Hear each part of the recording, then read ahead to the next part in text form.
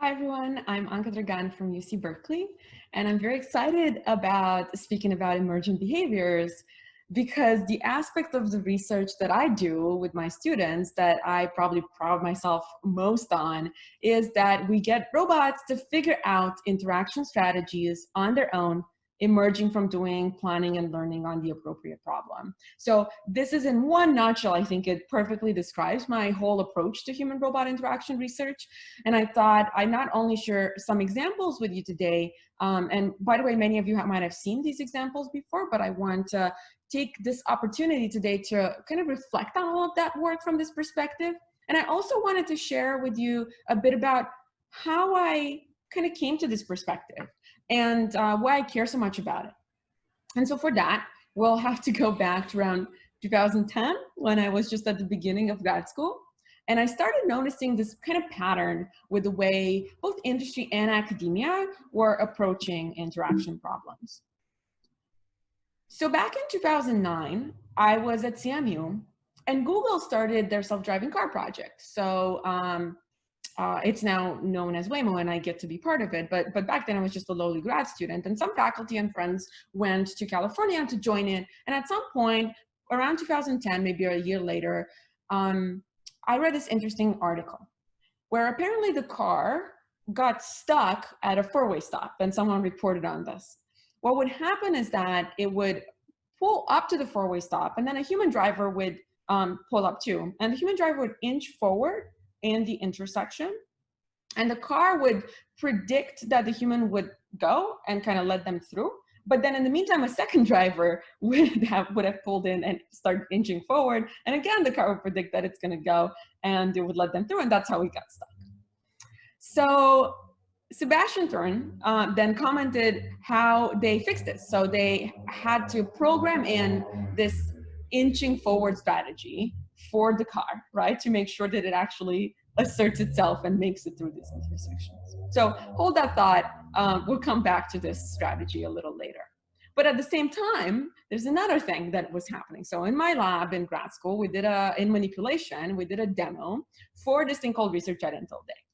And our robot would pick up bottles and hand them over to people in the audience. And unfortunately, this was really hard because people had no idea what the robot wanted from them. So the robot would sort of turn around with the bottle and say, please take the drink. And then we'd wait for the person, but the person would have no idea what to do. So then Mehmet here would have to go in and explain to the participants, like, look, the robot wants you to take the drink, please pull on the drink, et cetera, et cetera. It kind of became part of the interaction algorithm, as I'd like to say. And then Maya Chakmak visited the lab. And she programmed in this really cool strategy called spatiotemporal contrast. So her thought was that the robot would have to hold the drink one way, but then when it was ready to hand it off, it would choose this very different handoff configuration that would emphasize, would clarify the robot's intent. And then not too much later, I attended HRI and I got blown away by this paper from Leila Takayama. She got this Pixar animator, Doug Dooley, to animate the PR2 to make it more intense expressive. And so this is an example from that work. The animator designed these motions based on strategies like forethought and such. And I saw this and it was amazing. And I just wanted so badly for robots to behave in these ways. So here are all these examples of really creative people designing these strategies for interaction. And so there was a spectrum, right? Some of them would just be at the concept level. Some would be instantiated by designing this specific motion that the robot would execute in a specific situation. So that was the case in Leila's work with Doug Dooley. And then some would find ways to actually parameterize the strategy so that you give a bit more flexibility so that it became this program that the robot could run to generate the motion by searching for the parameters that would fit the current situation. So an example of this, also from 2011, was Michael Gelniak's work with Andrea Tomas, which is very cool work. They came up with this notion of anticipation in motion as a strategy. And they wouldn't just have a pre-recorded motion that would do anticipation. Instead, they'd have to kind of do it programmatically. They'd find a point along the motion that was salient and then bring that point forward in time. So the strategy, the anticipation strategy, was parameterized by what that point was, and then it would follow this procedure to bring it forward in time. The robot would figure out, depending on the input motion, which sort of point is most salient. So that's what I mean by like a parametric strategy. And this approach of designing a strategy, but like you have to design a strategy, but then you parameterize it so that the robot can kind of fill in the details. That was also popular in robotics at large. So for instance, touch-based localization was a thing where you'd localize an object that you had uncertainty over its location and its orientation. And you localize it by doing a sequence of guarded moves or move until touch primitives. So researchers would, for example, come up with the idea of moving in a straight line until you touch something as an effective way to localize. And then the robot would be the one who would search for the directions for these primitives that would be useful for this particular new object in its current uncertainty. But then I saw this work by Rob Platt and others, where they gave this example of the light-dark domain. So here you'd have a start and a goal, and you'd have uncertainty over where you are, and you'd get observations from the environment, but these observations are more precise or less noisy when you're in the light than when you're in the dark. And so Rob showed that if you approximated, so this is a POM-DP, but if you approximated the solution to the POM-DP that this induces, the robot would come up with this nice strategy of not just heading to the goal and hoping that it gets there, but actually deviating to the light, kind of just enough to get confident and then be able to reach the goal. And I love this example because there's so many more of these. This is an example of us not having to tell the robot what the strategy is and parameterize it. Instead, we just formulated the problem that the robot needs to solve, in this case, the POM-DP. We found a good enough approximation, and then that enabled the robot to, in a sense, invent, if you'll allow me to be a bit anthropomorphizing the robot, to invent the strategy, to come up with a strategy on its own. And so this moving to the light kind of emerged from the optimal decision-making done directly over the robot's raw action space, rather than us having to first devise some primitives that encode the strategy and then do decision-making over those parameters of these primitives. So not only is this really cool, but I think it's also really practical, right? Because if you can do it, and I admit that it's really hard to do, but if you can do it, for instance, how much the robot goes into the light would actually adapt naturally as a function of its uncertainty, right? Where the light is, and so on. So you kind of get this generalization, get this adaptation for free. And so for HRI2, I started wondering, could we push the spectrum even forward? Could we actually have robots that autonomously generate the strategies for interaction instead of relying on us to hand design them? So, so I started thinking about this, and I realized that there's this profound difference between doing this in interaction and doing this in robotics. Because in robotics, we usually know the problem we're trying to solve. Let's say it's a POM-DP or some robust control problem, whatever it is. We know it, and we know that if only we could solve it exactly, we'd see the right strategies emerge in the solution, right? Emerge from first principles. So that means that whenever we have to handcraft strategies because we can't solve the problem exactly, we can at least understand the strategies that we are coming up with as approximations to the principal thing to do, as approximations to that optimal solution to the underlying problem. And that was great.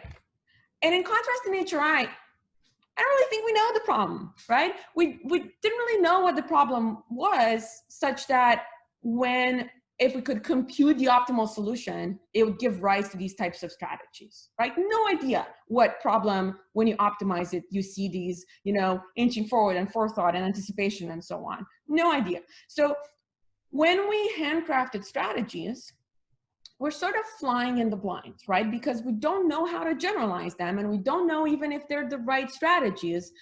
It seems a lot of times, we have to rely on human intuition and even art, right? Artists, we don't really get to understand them from first principles and analyze them. And that really bugged me. And so I got tremendously excited about basically just formulating human-robot interaction problems so that at least in theory, these strategies could emerge from first principles. what is the problem such that these strategies emerge? And this came out initially out of scientific curiosity, like I wanted to understand what these strategies are actually optimal with respect to, right? I wanted to understand what explains them. But it also came out of practicality to a certain extent, because while basically you might wonder, well, what's the point of knowing the problem if we can't solve it anyway, and then we'll have to come up with the strategies ourselves, kind of handcrafted anyway. But my thought was, if we formulated the right problem, perhaps, just maybe, we don't have to hand design anymore, because perhaps we can find like a general purpose approximation to the problem, maybe like the one that Rob Platt proposed and showcased in the Lightdark domain. So some general purpose approximation that ends up leading to strategies and is actually tractable. So I guess over the years, I found this to be more effective than I would have thought it was going to be. So I've often found that one approximation actually ended up giving us different strategies for different situations automatically. And I want to share with you today a list of examples to kind of give you a sense of what I mean. And I'll say that I'll kind of keep it fairly high level and kind of guide you through these examples, because I thought for this particular topic, that high level intuition coming across is more important than me telling you all about the details of yet another paper. Okay, so if you think about robotics problems where we do see strategies emerging, so non-interaction problems, so what do? We define a state space, we define an action or control space, we define observations or evidence, or you want to call it. And then we assume that there's an underlying dynamics model that governs how the world changes as a function of time and as a function of our actions. And then we have an observation or sensor model that relates the evidence that we're getting, the observations, with the underlying state that we can't observe, if we can't observe the state directly. So not saying that you necessarily, so I'm using some P lingo here. This doesn't have to be in the context of P. It can be in the context of whatever problem formulations you like. But the point is, you're gonna write down some sort of objective, some goal, some cost, reward, loss, some set of constraints if you're into hard constraints, and you're gonna be able to either plan or do reinforcement learning with respect to that objective and have the robot figure out what to do. And now the issue is that in interaction, we add to that whole system, the whole dynamical system, the humans. And now the state space is more complex, and at the very least, it contains the human state, which we're gonna call here XH. And my guiding principle here was that if I could just model enough about the dynamics of the human state, I won't have to tell the robot how to interact anymore. It can perhaps figure out the strategy on its own. Like the strategies for interaction will emerge out of decision-making in the system if we can capture enough about the human state, enough about what's relevant. So that was the thought, that was the guiding principle. And I kind of been going to town with this for a few years. So I want to share with you, I've been surprised by how much we got with how little we needed to model. So that was kind of remarkable to me. And we've seen this play out in different types of interaction, like robots navigating around people, collaborating on tasks, physically interacting, shared autonomy, handovers. And we've seen robots doing decision-making this way, essentially managing to invent inching forward and nudging in and backing off and exaggerating and probing at intent and comfort and nudging people to better choices, all of these different strategies, some of which I don't even really have good names for. These were strategies, were things that have resulted from decision-making directly in the robot's action space. No kind of handcrafted, no parameterization, no primitives, just, do the, like, usually it's going to be optimization in the kind of work that we do. So, okay, so what the heck is this dynamics of human state? Well, in the simplest kind of version of this is we want to know what the next human state will be given the current one. And this really boils down to asking, how will the human act from this state? Because where they'll be next, this XH prime, depends on how they'll decide to act. The rest is just physics, pushing it through the laws of physics. So how do people act is really the question. And also back in 2009, 2010, so kind of as a, happy kind of sequence of events and kind of meeting of ideas, Brian Zeeber was working on modeling human actions for pedestrian prediction with Drew Bagnell and others. And he suggested, kind of building on a lot of other previous work, that we could model humans as taking trajectories. Trajectories here are going to be sequences of actions, and we're going to denote them by bolded UH. They're taking trajectories that are approximately optimal with respect to their own human objective. So much like robots try to be optimal with respect to their objective, humans have some objective. Again, it could be constraints, it could be goals, it could be whatever. But they have this objective, and they're trying to do the optimal thing or the feasible thing with respect to that objective. I often refer to this as intent-driven modeling when I talk about this kind of line of work. And that in itself is not yet quite sufficient in terms of getting us these nice interaction strategies, because it basically leads, if you just do that, it leads to these kind of stuck robots again. So take, for instance, this autonomous car in orange, driving next to a human in the white car, and the autonomous car needs to change lanes to the left lane. Now, what the car will do, planning with this human dynamics we just talked about, it's that it will compute what's optimal for the human to do under the human's objective. And that's very easy in this situation. The person, what's optimal for them to do is just keep going forward. But then the robot will plan, right, to get to the left lane. But it will have to let the person go first and wait and merge behind, because otherwise it collides with the person, and that's bad for its objective. So if another person comes in, then it will wait for that person, and so on and so forth. So you can kind of see this like stuck behavior coming out. So there was something missing in this dynamics model that turned out to be kind of important for coordination strategies. And that's that you have to account for the fact that what's optimal for the human depends on what the robot does too. This dynamics model is a true dynamics model. It actually depends on not just the dynamics of the scene, so xh prime given xh, but really on what the robot's action is as well. So people don't act in isolation, they take the robot into account. So in Dorsey's work, we made the human prediction a function of the robot's trajectory, a function of a bolded UR. And the result was now the car could figure out that if it accelerates and goes in front of the human will slow down to accommodate, right? That's what is now optimal for the human to do given this robot behavior. And if the robot had a different behavior, the human would have done something different, right? So the robot can now account for this as part of its model of how the world works and just decides to go for it. And I call this a strategy, just kind of going for it, cutting the person off almost. I do it all the time in heavy traffic. I actually don't do it all the time. I used to do it all the time, I should say. Now I just, sit at home at my desk, unfortunately. Hopefully we'll get to change that soon. But yeah, it's the kind of thing that you see happen all the time with humans driving. And imagine that I'd somehow tried to program this in, right? I could do it, but I'd have to make a way for the robot to figure out how much to accelerate, how much to go towards the other lane.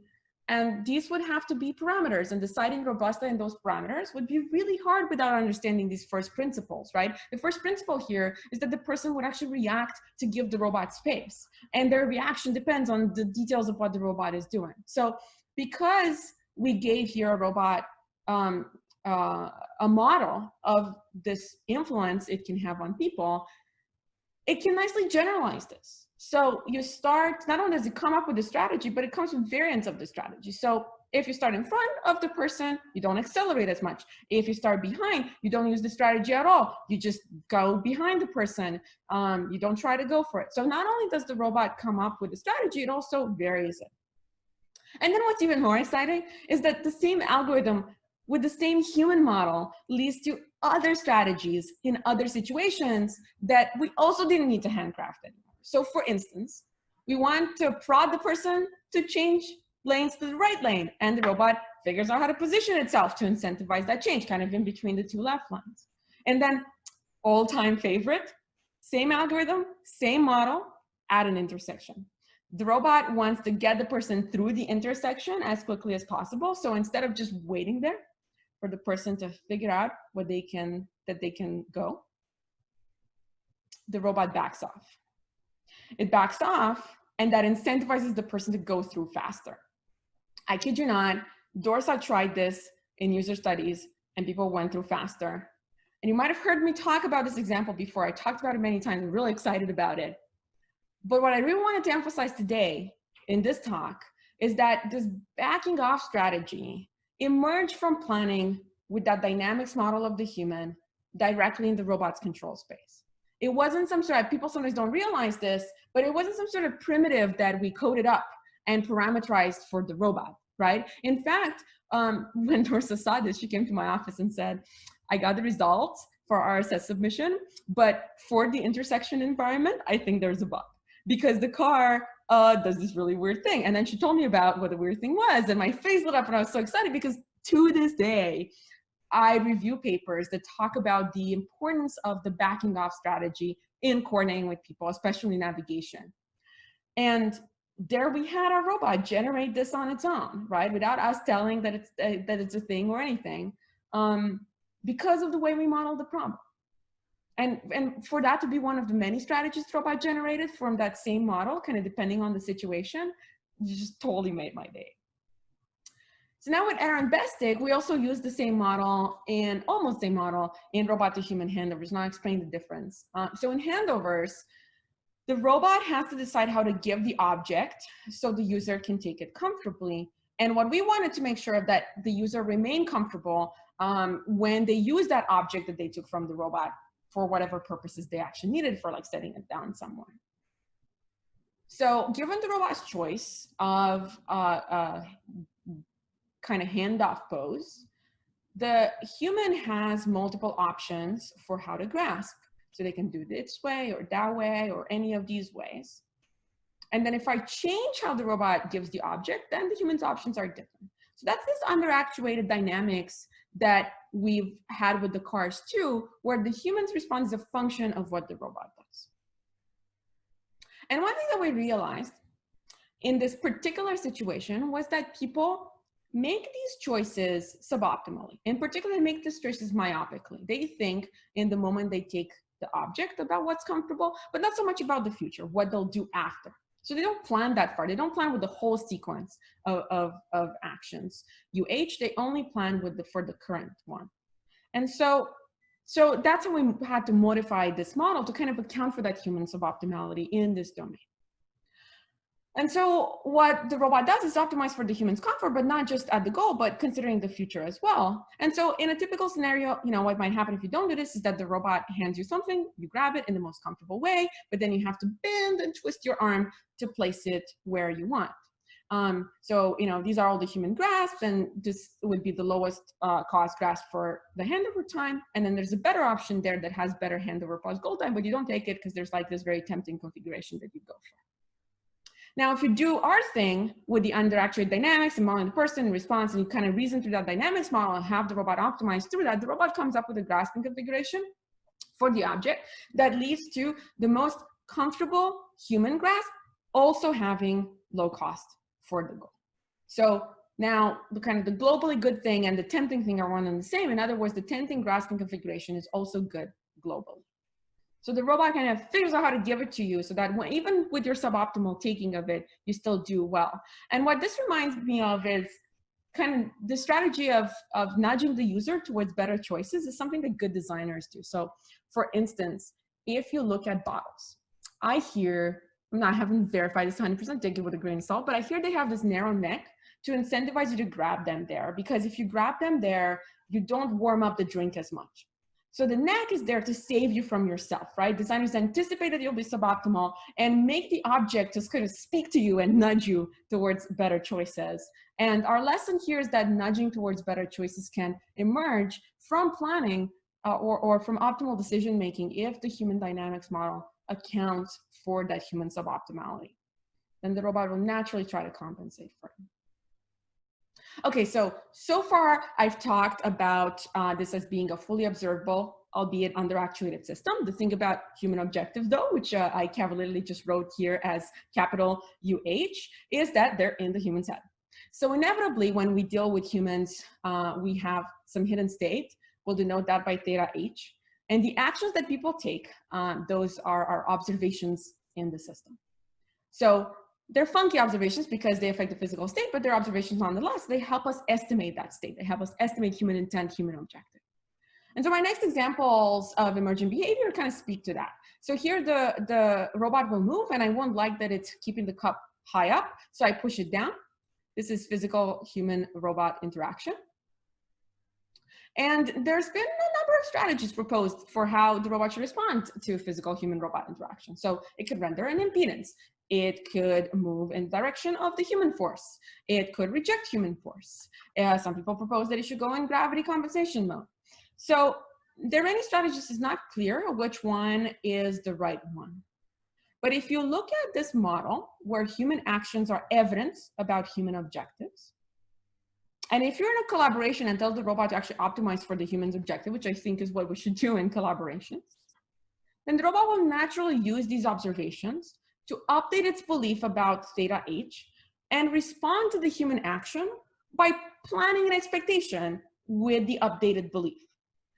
So in the work that I did with Andrea Baikshi and Dylan Lucy, the robot will interpret my push as evidence about what I want. And its reaction is then to just continue it along, but stay closer to the table. And then that transfers, that generalizes to other situations. If instead I intervene and turn the robot's end effector like so, then it responds by continuing along its trajectory or keeping the mug upright. And so its response is not a one-size-fits-all. It adapts what its response is to the correction it receives in the context that it's in.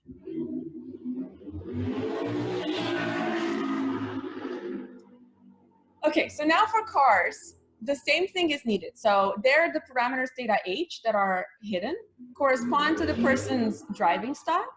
And I've sometimes shocked the world with this this video. This very aggressive truck driver. So you had this car merge in, and the truck driver just did not slow down in response, right? So unfortunately, if you get cars to estimate human driving style and plan an expectation over it, we're sort of back to those cars that get stuck a lot. And the issue is that they drive next to you, they never get enough evidence that you're in fact slowed down, so they never really attempt to merge. And so kind of taking a step back, what we really have here when we say theta H is hidden, we get observations about it, let's call it what it is, there's an underlying POMDP here. If we solve that underlying POMDP, the problem would get away, would just kind of go away. We'd get those information gathering actions like going into the lights to reduce uncertainty, but you know, we can't solve the POMDP. So an approximation that we've used has been to simply incentivize information gathering in the robot's objective, to make the robot value reducing entropy in its belief in expectation. So now the robot nudges towards your lane, and I interpret this as a strategy that it comes up with to see how you'd react. It's kind of the equivalent of going to the light in the light-dark domain. Because if you slow down, it updates its belief and goes for it. If you keep going, it updates its belief and goes back. And then really cool, again, I want to emphasize the generalization. So you can take the same exact environment, the same exact algorithm, the same exact model, but now you put it in a different environment, a four-way stop. And the robot inches forward into the intersection. There it is, the inching forward. Again, sort of seeking the light. If you brake, it goes. If you don't, it makes space for you to go. So here too, inching forward emerges from first principles, and it was in no shape something that we had to program in, right? We approximated the POMDP solution and everything was fine. Oh, and we do it in continuous state and action spaces directly in the robot's raw action control input space again.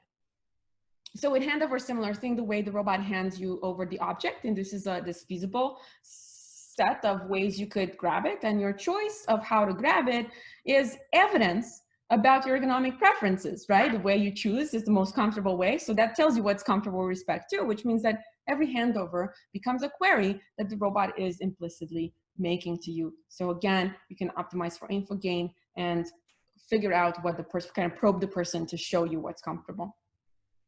With shared autonomy, kind of final example in this category of info gain, with shared autonomy, if you're operating the robot towards one or two goals, and you project that everything in 2D here, if you're teleporting the robot, and basically what it does is it figures out more and more about which goal you want to go to, and it plans an expectation and eventually takes you there. But when you optimize for info gain as well, it actually comes up with a strategy that takes the person kind of quickly to the middle, because from the middle, the person can very easily disambiguate, like with a joystick, which one they want, which goal they want, and the robot can just go straight there. And again, this kind of go towards the center strategy is what the robot comes up with, and because that's what helps it gather information. Okay, all good. Let me complicate things a little. The robot so far has a belief over theta h. In most settings, this is symmetric. The human does not know what the robot's objective or intent is either. So we can model that as having a belief, the person has a belief over theta r. Now, if we fail to account for that, the robot might be somewhat confusing, not on purpose, but accidentally. So here's an example from my PhD work, where the robot is going to grab one of these bottles. Try to guess which one. Pretty hard to guess which one. Let me pause it right there. Do you know? Left, right, who knows? So it's pretty confusing to most people. It ends up being the bottle on the robot's right, but it's hard to guess.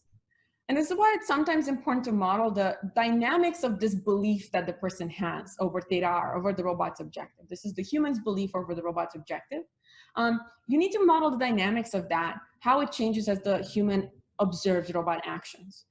So we did that in the same way that we modeled how the robot changes its belief from observing human actions. So this was just plain Bayesian inference.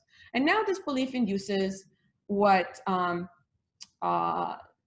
the human does, right? They choose their actions based on the belief, but we didn't want to model all that. So instead, we just gave the robot a bonus in its objective for the person getting that belief right. So meaning putting a lot of probability mass on the correct robot intent, on the correct robot objective. So that's what we call legibility. And here you see that the robot is optimizing for that legibility objective, and it was super cool. The robot would start with a straight trajectory to the goal, realize that that's ambiguous for the person observing the robot, and then it would start exaggerating that trajectory to the right to show that the goal that it's going for is the goal on the right. And this too got me very excited because exaggeration was indeed one of these Disney principles of animation that artists use. But here it was emerging from the optimization we were running. It was falling out of first principles. Just model the person's belief with Bayes' rule. That's all you need to do. And then the robot figures out that it should exaggerate. Here's the robot being legible. Dum-to-dum. And because this falls out of first principles, it enables the robot to kind of figure out how to apply this strategy in different situations. So far, we've seen this example of looking at the robot kind of exaggerating one side to the other because the person was looking at the scene from this viewpoint. But what if the person was going from the side? So in this case, the same trajectory would no longer be very legible. And here, just because the way you're looking at it, and so the robot figures out a different trajectory here. And you might think it's just exaggerating more and thus being less efficient, but it's actually not the case. What's happening here is that the robot is figuring out a different way of exaggerating, a different direction based on this new situation. And now imagine if we designed the strategy ourselves and we parameterized it. Well, we could have parameterized it by direction and magnitude, this exaggeration, but would we have really thought about the third dimension and so on? I'm not sure. So how do you come up with that? And then it's cute that when the robot is occluded, it doesn't bother exaggerating because you can't see it anyway. Stefanos showed that. And here, the same math, but for different degrees of freedom. So no longer the arm, but the fingers. If the robot wants to show you that it's going to pick up that larger object, it's going to open its hand more. And then if it wants to show it's the smaller object, it's going to close its hand more than it needs to really help you disambiguate. And again, this type of thing, would be hard to think about ahead of time, even if we did think of exaggeration and parameterized it. Okay, so now for the star of the show, we talked about human state and robot belief over human objective, and then human belief over robot objective. But the thing is, of course, the human knows the robot is holding uncertainty, and the person might want to be informative and help the robot out, try to figure out what the person wants. And then the robot knows the human is holding a belief, and it's really just turtles all the way. So this might seem really scary, like how are we really going to model and capture all that complexity?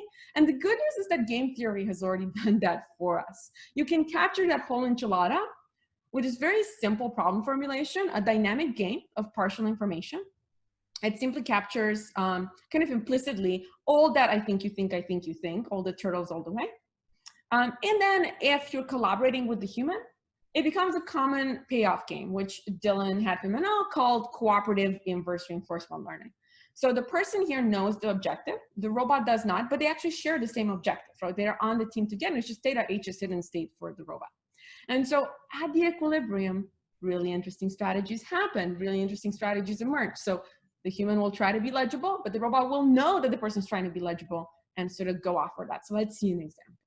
This is my final example. It's a toy one because I have to admit that even the approximations for Searle don't quite scale, but it's a domain where there's a robot and a chef.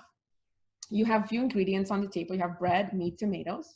The chef wants to make a sandwich, but this objective is not known by the robot. The robot is uncertain between sandwich or soup. That's the toy. Now, to understand like, you might wonder, what does the person say, what they want, etc. Just go with me, it's a toy example. So to understand these emerging strategies, we have to talk about how you make a sandwich, how you make soup in this domain. So for sandwich, you need 2 breads, 1 meat. Remember that. For soup, you need 1 bread, 1 meat, 2 tomatoes.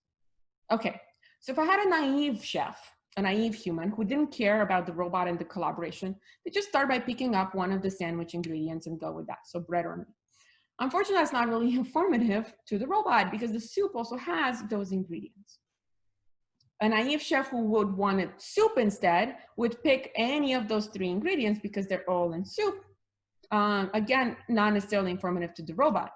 A legible chef, if they wanted soup, they could do something clever. They could pick tomatoes because that differentiates it from the sandwich.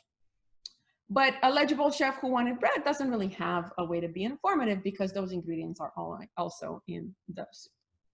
Now, here's where the game comes in. So what is the solution to the game? Well, the game solution, if the person wants soup, is to pick the tomato, just like the legible human, because that tells the robot, okay, it's soup, I got this. What about the game solution for sandwich? What if a person wants sandwich? Can they do any better than picking the bread or the meat? And it turns out the game chef, this came out of our computation, it decides to do a no-op. It just waits. And it does this because not only is the human legible, but the human relies on the robot knowing that the human is legible.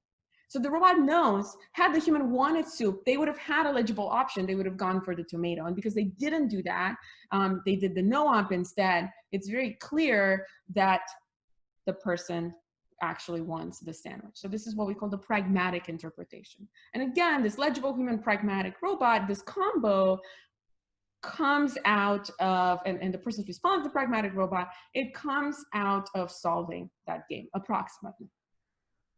So my message today overall is that it's possible for strategies to emerge from first principles. The problem in its full generality is a game, partial information, all of that. But we've gotten approximations that have produced this wide range of strategies. And oftentimes the same approximation produced multiple strategies for different situations and adapted them automatically to the context. And so as long as we capture enough about human state, I think it's remarkable what falls out of the first principles. And that right there is the aspect of research, at least the research that I've been a part of, that I've conducted, that I would say I pride myself most in. So thank you for listening.